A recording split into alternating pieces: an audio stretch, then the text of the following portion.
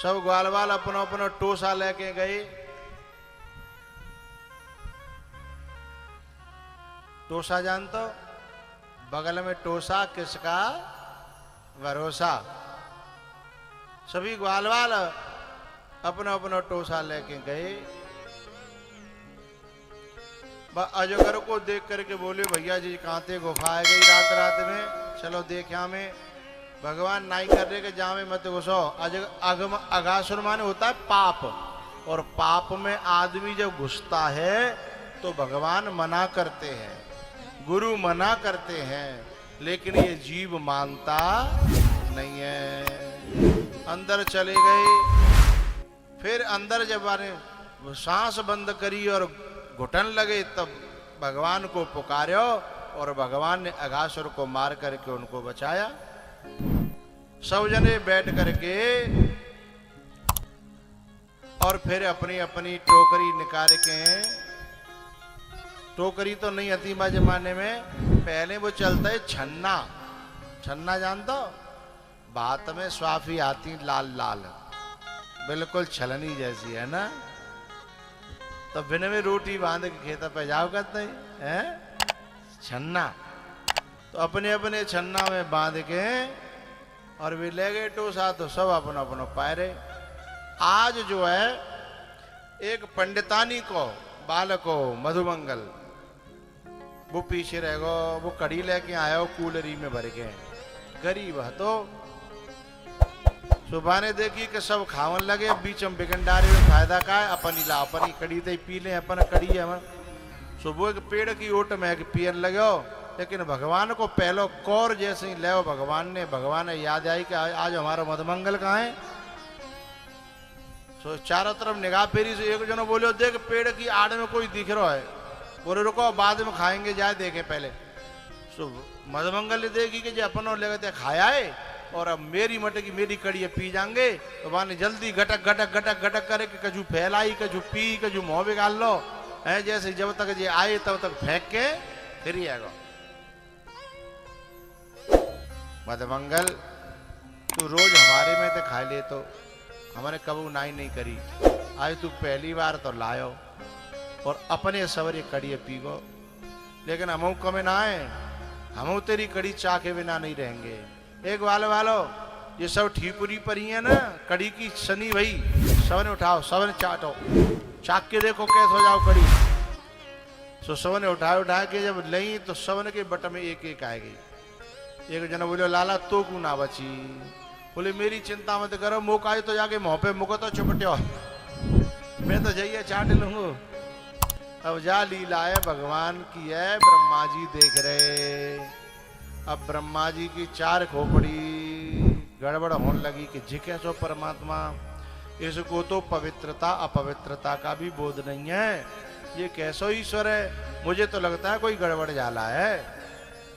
परीक्षा करने के लिए ब्रह्मा जी ने भगवान के बछड़ा और ग्वालवाल दोनों चुराए ले। भगवान जी समझ गए कि अच्छा तेरी खोपड़ी खराब है गई है मेरी लीला देख के, ठीक है। तो बड़े भले भवन अब बायन दीना, पावहुगे फल आपन कीना। भगवान पहले ही ब्रह्मलोक पहुंच गए। ब्रह्मलोक में ब्रह्मा जी के घुसबे थे, पहले ब्रह्मा जी को भेष बना लो भगवान ने, और समंत द्वार पालन से कह दी कि आज कल नकली ब्रह्मा बहुत घूम रहे हैं, कोई मोती पीछे आवे तो पहले खूब तो मराई करियो। मोती आज्ञा लेने की जरूरत नहीं है, पहले खूब ठुकाई करियो, बाद में मेरे पास लिए हाओ। कौन कह रहे हैं? ब्रह्मा जी। नकली भाई का असली भाई खुद नकली है, और कह रहे हैं कि मोते पीछे कोई नकली बगली ब्रह्मा आवे तो खूब ठुकाई करियो। अंदर घुस गए। अब पीछे थे आए ब्रह्मा जी। कौन से भाई हैं? असली। सोई द्वारपालों ने भाले लगा दिए, बोले ए दाढ़ी वाले। ब्रह्मा जी देखने लगे, जी मेरे नौकर मोते हैं? बोले तुम्हारी खोपड़ी खराब है गई है, तुम्हें पता नहीं मैं ब्रह्मा हूं? नौकर बोले तो जैसे नकली ब्रह्मा बहुत देखे हैं, हम कछु कहना रहे, पीछे लौटो। ब्रह्मा जी ने की पता नहीं यही खोपड़ी का आएगा जिन्हें की है, तो सोचेगा दूसरे द्वार में के चले, जिन्हें अंदर बुलाएंगे तब जिन्हें खबर लेंगे। सो दूसरे द्वार में कि ब्रह्मा जी जावे वारे हते, बाम में द्वारपाल जो हतकाए वो बाद विषहरा के हते, और बाद विषहरा के लोग लड़वे में न पहने ही रहता है। सो बिन ने सोची कि आज बढ़िया मौका है, हाथ सरे निकल लेने का, बहुत दिन आते जंग सी लगी है, कछु है मौका ना मिल पायो। तो जैसे ही ब्रह्मा जी आए, सब बिन ने नहीं पूछी, जो बिन ने पकड़ के और दे ब्रह्मा जी पूछ रहे भैया वो मार चौरे यूं तो बताए, तो जैसे नकली बात देखे हैं। तब ब्रह्मा जी ने कही यूं बताओ भैया मैं नकली हूं तो असली कहाँ है? बोले चलो अंदर दिखाएं। तो अंदर ले गए। अब अंदर ले गए तो ब्रह्मा जी को तो कन्हैया दिखे और सभी को ब्रह्मा जी दिखे। सोई ब्रह्मा जी समझ गए कि भगवान मुंह पे गलती है गई। सोई पामन में ब्रह्मा जी गिर पड़े। द्वारपाल बोले देखो हथवा नकली गिर पड़े हो पामन में हैं, हम तो पहले ही कह रहे नकली है, गिर पड़े हो। ब्रह्मा जी ने ठाकुर जी की स्तुति करी और कहा अब ऐसी गलती कभी नहीं होगी। भगवान ने कहा तो ठीक है अपनी गद्दी संभारो, हम तो जा रहे हैं। अब जैसे ही जे जान लगे और बेगद्दी पे बैठाने लगे तो द्वारपाल अपना मूड को जान लगे कि जिका भय हो। तो पावन ते लिपट गए भगवान के, बोले प्रभु हमाओ का होगो, चूंकि जी गद्दी पे बैठ गए तो फिर हमाओ का होगो, हमने बहुत मारे हैं, हमारी तो कछु कह जाओ। तब भगवान ने ब्रह्मा जी से कही कि सुनो वो सब मेरी इच्छा से हुआ था, उसमें इन द्वारपालों का कोई दोष, इनसे कुछ कहना नहीं। तब ब्रह्मा जी बोलेंगे कहूंगा तो कुछ नहीं, पर जिन्हें द्वार पे थे हटानो पड़े हो, जब निगाह पड़ी तब याद बहुत आवे कि बहुत मारे हो है? तो खून तो पजरेगा ना, ऐसी जगह ड्यूटी लगानी पड़ेगी कि मैं आंख ने क्या गा रहा। अरे मैं कम से कम यूं कह रहा हूं कि मेरी सुन तो लियो भैया, सुन तो लियो, मेरी सुनी नहीं रहे हैं। इस प्रकार से ब्रह्मा का मोह जो है भगवान ने दूर किया। उसके बाद भगवान एक दिन जो है खेलवे गए जमुना जी पे, और वहां कालिया नाग रहता था, और कालिया नाग के नाथने के लिए लीला करी उन्होंने। अरे मारियो टोलू गेंद गई दह में,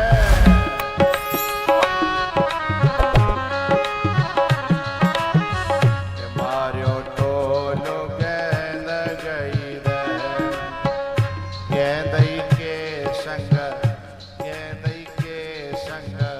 धायोरी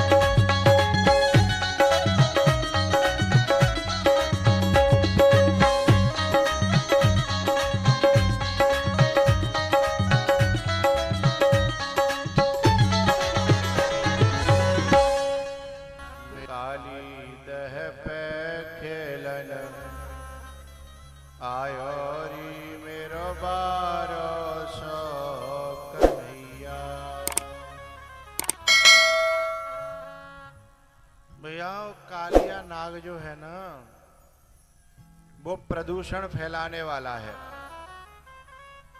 और भगवान जो कोई प्रदूषण फैलाता है उसके फन को एक दिन कुचल देते हैं। चाहे वो नाग हो, चाहे वो मनुष्य हो, चाहे वो कोई और हो, जो कोई प्रदूषण फैलाएगा उसके फन को भगवान कुचलते हैं।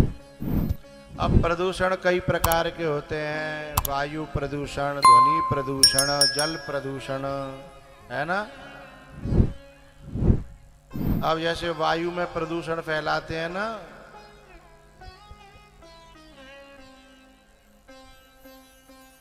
जो लोग बीड़ी पीते हैं वो वायु में प्रदूषण फैलाते हैं, धुआं का। और कुछ लोग जल में गंदगी फेंक देते हैं, जल प्रदूषण फैलाते हैं। कुछ लोग ध्वनि प्रदूषण फैलाते हैं, गंदे गंदे गाने बजाएंगे तो गलत ध्वनि होगी। ये प्रदूषण जो फैलाता है भगवान उसका फन एक दिन कुचल देते हैं। अच्छा एक बात बताएं, सबसे भयंकर प्रदूषण क्या है बताऊं? किसी आदमी के दिमाग को खराब करना। पति पत्नी में दरार डालना, भैया भैया में दरार डालना, माँ बेटा में दरार डालना, ये सबसे खराब प्रदूषण है। क्योंकि भैया एक बार के लिए तुम्हारे घर में चाय को जो सेट है ना, cup set, sofa set, cup set है ना, ये यदि अपसेट हो जाए तो फिर दोबारा आ जाएंगे। लेकिन कब आदमी को दिमाग अपसेट हो जाए तो फिर वो दोबारा आने वाला नहीं है। तो सबसे ज्यादा बुरा लगता है भगवान को वो व्यक्ति जो प्रदूषण फैलाता है दिमागों को खराब करने का, परिवार में आपस में फूट डाले, विरोध पैदा करे, वो सबसे ज्यादा भगवान को बुरा लगता है। उसे भगवान कभी क्षमा नहीं करते हैं।